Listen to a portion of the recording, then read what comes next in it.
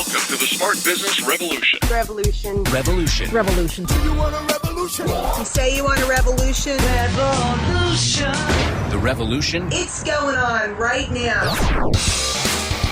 Welcome to The Revolution, the Smart Business Revolution podcast, where we ask today's most successful entrepreneurs to share the tools and strategies they use to build relationships and connections to grow their revenue. Now, your host for The Revolution, John Corcoran.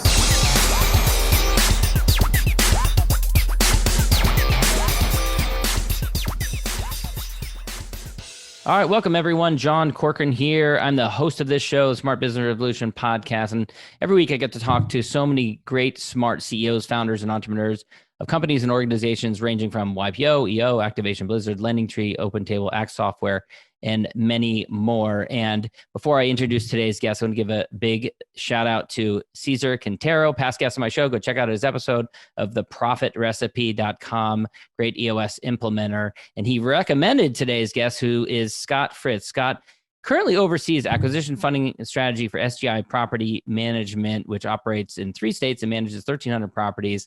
He's the author of The 40-Hour Work Year, you heard that right, which chronicles Scott's entrepreneurial journey firsthand as he shares strategic business methods, action-focused exercises, and the mindset philosophy that allowed him to achieve a 40-hour work year. We're going to dive into that. I'm going to ask him all about it. He also acquired an insurance company, Atlantic Insurance, a property and casualty agency in 2010, rebranded it, repositioned it, sold it 2 years later. Also founded Growth Connect in 2008, which is a coaching and exit planning services business. Still has that. And he's been an active angel investor since 2001. And he also founded Human Capital in 1997, which he grew into a nationwide player with 2007 annual revenues of $170 million. And he sold it in the end of 2007. How smart is that? So we're going to dive into that story as well. This episode is brought to you by Rise 25 Media, where we help B2B businesses to get clients, referrals, and strategic partnerships with done-for-you podcasts and content marketing. To learn more, go to rise25media.com, or you can email us at support@rise25media.com. All right, Scott, I'm so excited to talk to you. You've got such a great entrepreneurial journey, and you credit that in part to growing up in a home where you were around entrepreneurs. So your grandfather, your father were both entrepreneurs. What did they do? Yeah, thanks. First of all, thanks for having me on, John. So I grew up in a very interesting family setting in that my father went to work for my grandfather. He'd started a sawmill machinery business. So they built those gigantic machines that you see in sawmills if you've ever been out. And I was raised in Oregon, and they're everywhere. And so I always tell people, we didn't really have Christmas and Thanksgiving. We had business meetings, looking like a holiday party, but it was always business. And in my book, I talk about, as a young kid, I remember talking about business and politics at the dinner table every night. We weren't talking about sports teams and, cars and the typical things kids my age really were interested in. So it was an interesting experience, but it definitely shaped my outlook. And early on, I knew at some point in my life, I wanted to own and start my own company, even though I had little side businesses ever since I was 9 years old. I really wanted to start a main company and grow it, which is what I did with Human Capital. And you founded that in 1997. Take me back to the very origin story. What was it like in the very beginning? Yeah, so my business partner, Karen, and I weren't related. We met at a business we were both working at. And we basically said, we can do this business. It was a PEO, a professional employer organization, which is outsourced HR, payroll, benefits, all that stuff.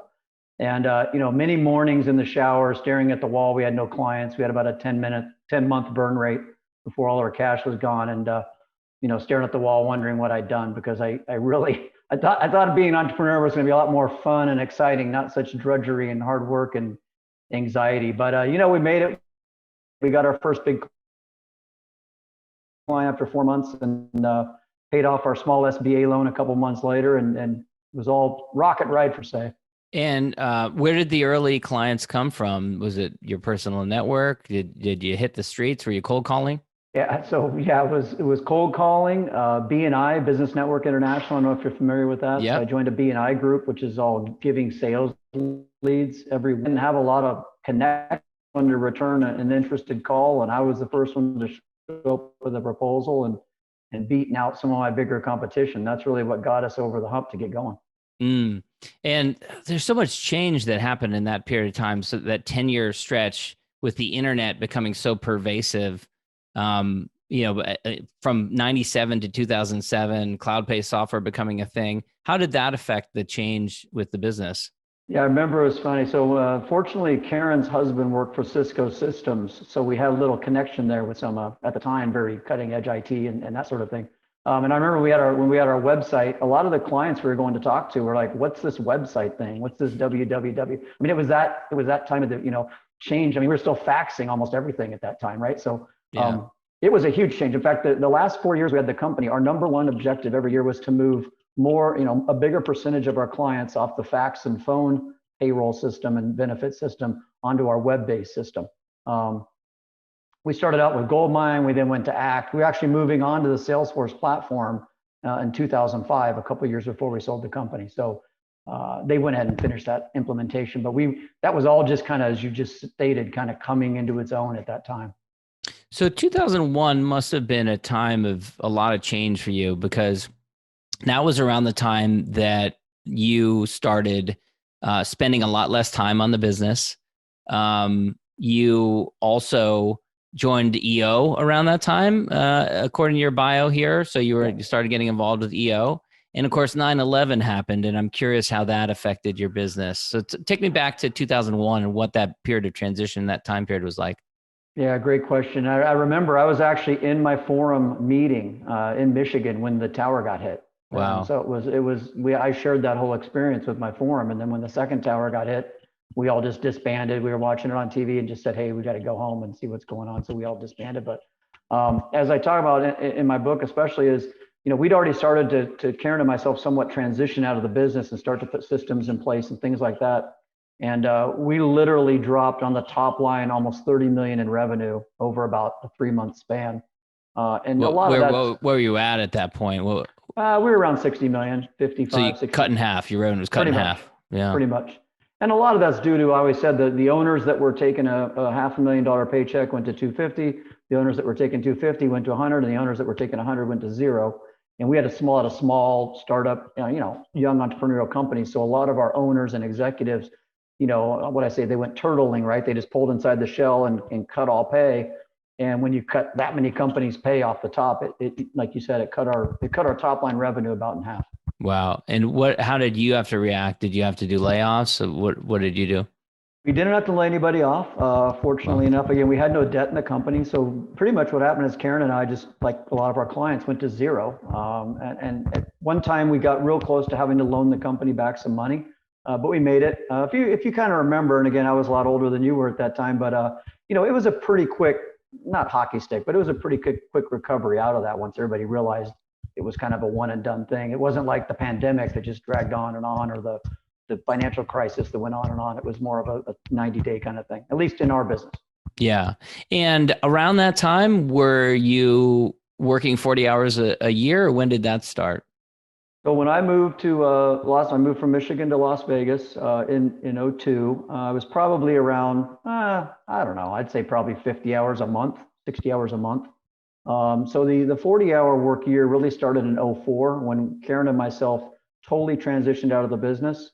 We promoted Seth, who at the time was our COO, to president and CEO.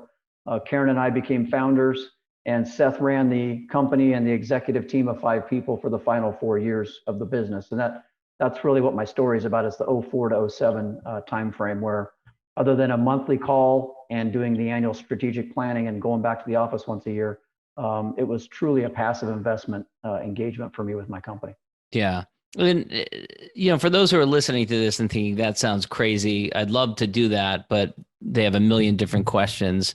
Unpack it for us. How did you keep people motivated? How did you manage to show up once a year and give some guidance and then walk away without having to spend time overseeing it, living states away?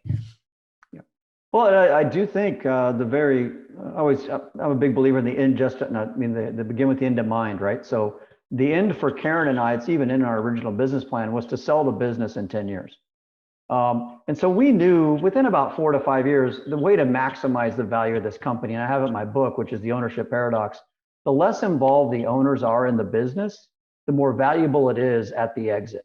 Okay, because for many reasons, but the main one is the person who's buying you or the equity or whoever's going to, private equity is going to come in, they know they don't have to replace a key element of the business, which is usually the owner if they're very involved in the business. And there's no earnout, there's no special arrangement that has to be done to make sure that that person's job duties are being filled. So we very early on knew that we needed to get ourselves as far out of the business as possible to maximize the exit. So a lot of the people I work with in my coaching business, it's about exit planning. And one of the first things we do is let's start putting your team together so that when you do exit, you can show that for the last at least 2, hopefully up to 4 years, you've had very little to anything to do with the actual in the business. So like Michael Gerber talks about in E-Myth, working on the business is fine, but you're not in the business. You're not overseeing sales. You're not overseeing ops. You're not getting, a stack of paper you got to sign off on every day. And so when you can systematize your business and get it, even if you don't sell, if you set it up so it could sell, you can totally transition out of your business. And let's say you have a business owner come to you who is a potential client and wants your help on exiting their business, but they're already really involved in it. How can you tell? I'm sure you've had some come to you and they just can't extricate themselves for various reasons, attachment or whatever, and others do a good job of it. What separates those two different types of personalities?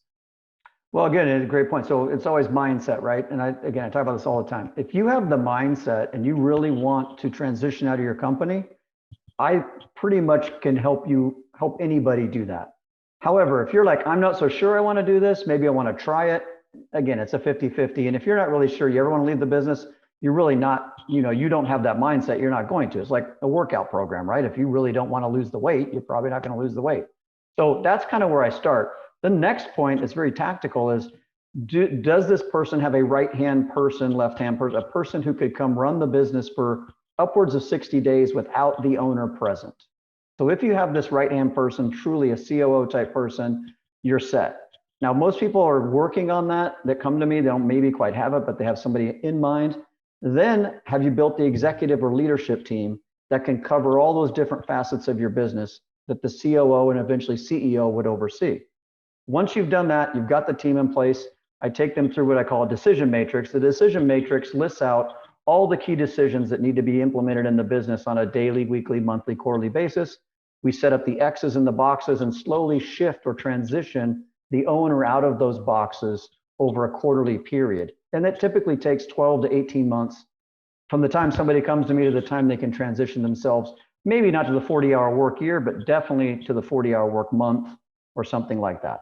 Yeah. I've got a lot of clients that go down to 5 to 6 hours a week. They don't really want to go, to 4 hours a month, but that's fine. I mean, whatever makes you comfortable. Right. You end up selling the business in the end of 2007, which of course, in retrospect, makes you look like an absolute genius because 2008, we have the whole financial crisis, banking meltdown. But you said that as a staffing business, you did see some indicators that led you to conclude that it might be a good time to sell. So the very beginning of this was summer of 2006. So I was out in Michigan for my once-a-year trip. And before I would leave, Karen and I would go have lunch with our CPA. And he was much more of a business advisor than a CPA, which is what a good CPA should be, I think. And he said, because they had an M&A arm in their organization, he said, hey, we're seeing the valuation spike in your space, and we've got some interested parties. Would you guys be interested in doing, some sort of a buyout, maybe not a full buyout, but some sort of a partial buyout of your business? I was like, I don't know about that. I was already kind of living the half-retired lifestyle, but I said, maybe we'd be interested in selling in general. So Karen and I talked it over. We got back to him and we said, yeah, we'd be interested in selling in general. But leading up to that, and as we went through the preparation for this, about 18 months out, we started seeing in a lot of the states we were in, not a lot, well, I'd say a lot, probably 20, we started to see some slowing and or some easing off the gas pedal of hiring and wage increases that we had not seen. It had been kind of like full speed ahead for the last 3-4 years. And we also, in a lot of our states, this was a big thing for us because of what we did. We were the outsourced HR department. A lot of heavy regulation and changes in the way that things were being done on the employment side. I mean, employment law is a mess anyway, but some real onerous things were being put in place in some of these states. And we just knew that as time went on, it was going to be harder and harder for us to make the kind of margins we needed to make to operate in those states. So it was kind of a double-edged sword on that. It wasn't so much I knew the banking crisis was coming. I'm not saying that. But in our space, we did see some things that made it a good time for us. And I mean, honestly, I'm not saying we wouldn't have made it through it, but we would not have come out the other side, I don't think, in anywhere as good a shape as we were at the time we sold. Yeah, I mean, in retrospect, it seems impeccable timing, right? Yeah. Yeah.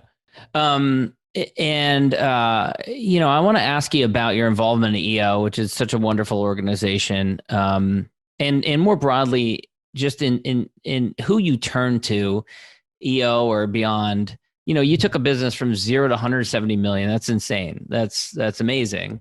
Did you have mentors along the way who you could turn to? You mentioned this CPA business advisor. Who else did you have along the way? Was it your father? Was it people? Who did you turn to in learning all the things that you needed to do to take a business that far? Well, great question. So I'm probably like a lot of people you have on here. I'm an avid reader. I mean, I read a lot of books. I don't read like I used to. I hate to say that, but I don't. But man, when I have my business, because I didn't know what I was doing. I mean, I was reading 2 or 3 books a month in the beginning, especially on sales, because I didn't know. I had to learn how to really sell. I thought I could, but I need to learn how. My EO experience was huge. I tell people this today. When we sold the business, at least 50% of that business that we had in the Midwest, especially, was either connected directly or was directly EO-based business. Wow. And it's a non-solicit organization. So this was not me out selling. This was just, I always say your network equals your net worth.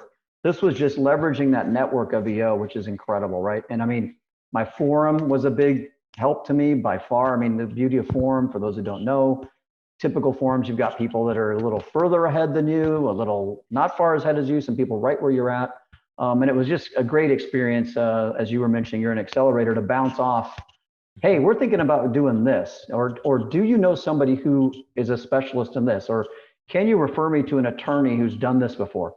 And it just cuts through all the guesswork of trying to find these people, because you're being referred by people that you trust and respect. And they're in the same boat you're in. It's just a great, from a mentor standpoint, EO, and I mean, there's, dozens, hundreds of people I could mention. I mean, they're too numerous to mention, but I mean, they're every little conversation was another example of a mentorship or a help in my business. I'm fascinated by entrepreneurs that manage to operate or run or found businesses in vastly different fields.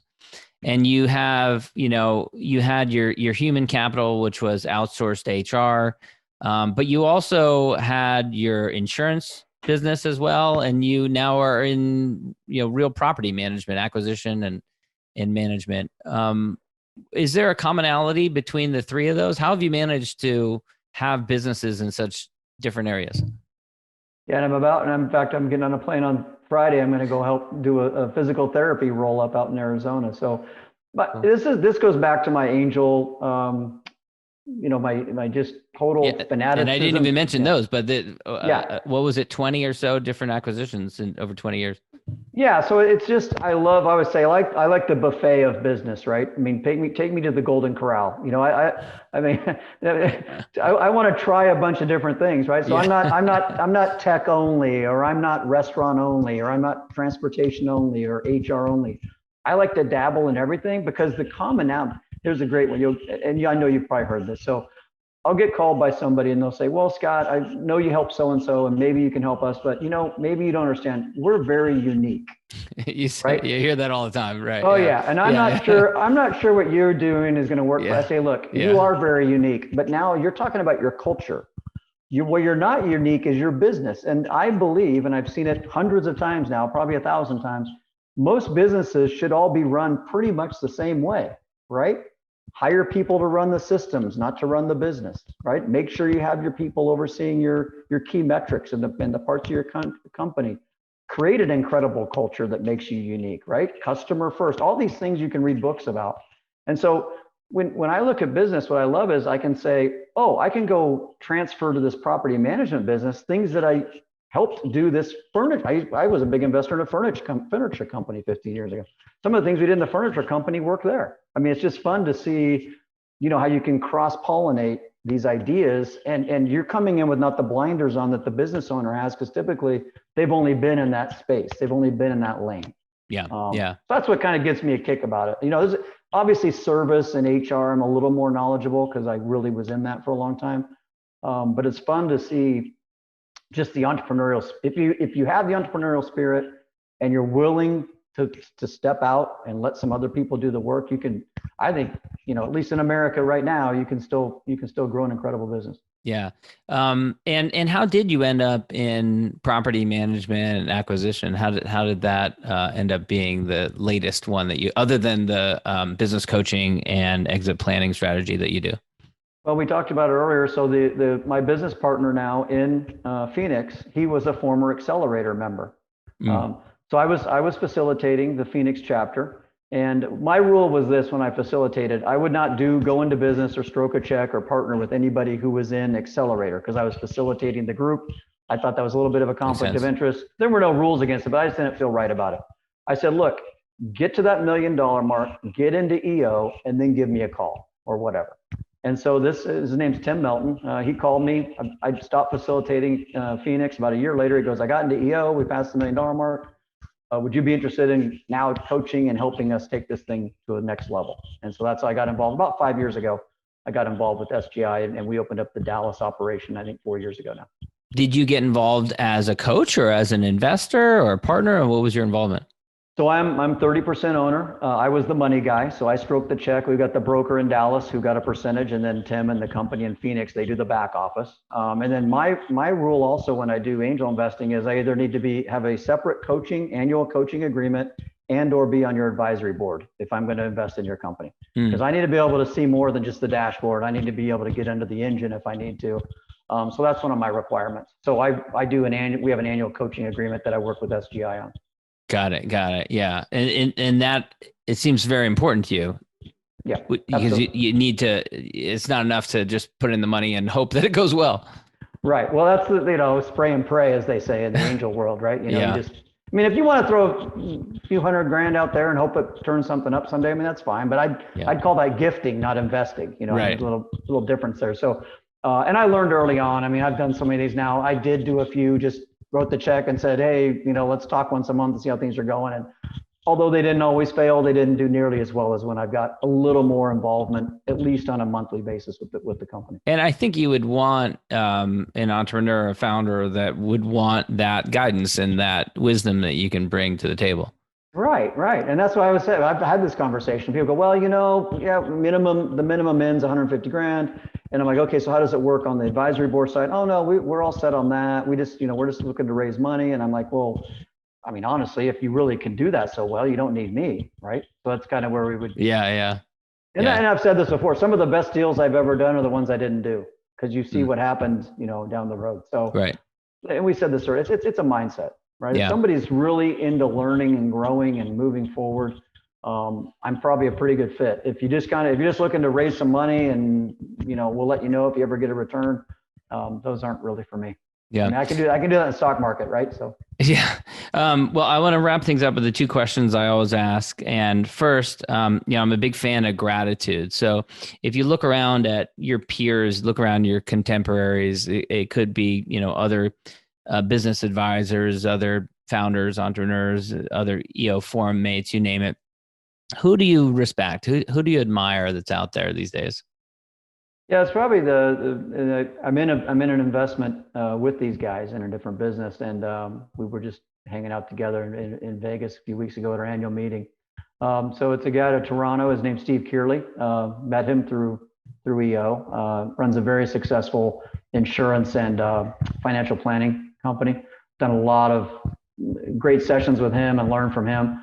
A guy named Mike Cato. I don't know if you know him. He's out of California. He's a former, yes, he also does EO accelerator training, right? And he was president at one point. Yeah, and he bought MAP. He bought MAP coaching systems. He sold restaurants on the run to Grubhub about 6 years ago. I attended one of his sessions. He was awesome. Amazing energy. Yeah, Cato and I go way back. I mean, he's about my age, but he started having kids a lot later. So like my kids babysat his kids, so I've known him a long time. Yeah, and we're always great at it's kind of spooky. Like it's one of those things where we finish each other's sentences. And then a guy out of Michigan named Darton Case. He owns Dart Appraisal. Really, really incredible rocket ride in his service business and the appraisal business, which is a really cutthroat, tough business to be in. And he's really grown that thing. So those, as I sit here today, those are really my three main go-to guys that we bounce stuff off of at least twice a month or maybe more. Yeah, and you go and you do investments together. It sounded like you said. Yeah, well, I'm in two different ones with Cato, and then we're all three in one in that one other investment that we're in.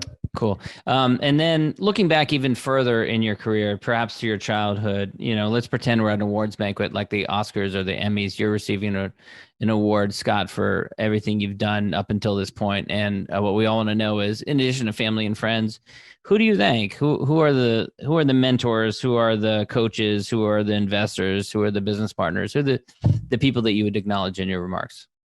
Yeah, well, I mean, I would say my business partner, Karen. I mean, when you're starting out in a business, so this was another thing I meant to say earlier too. When you are struggling as a business owner, a lot of times what you really need to do is get a business partner who complements your skills.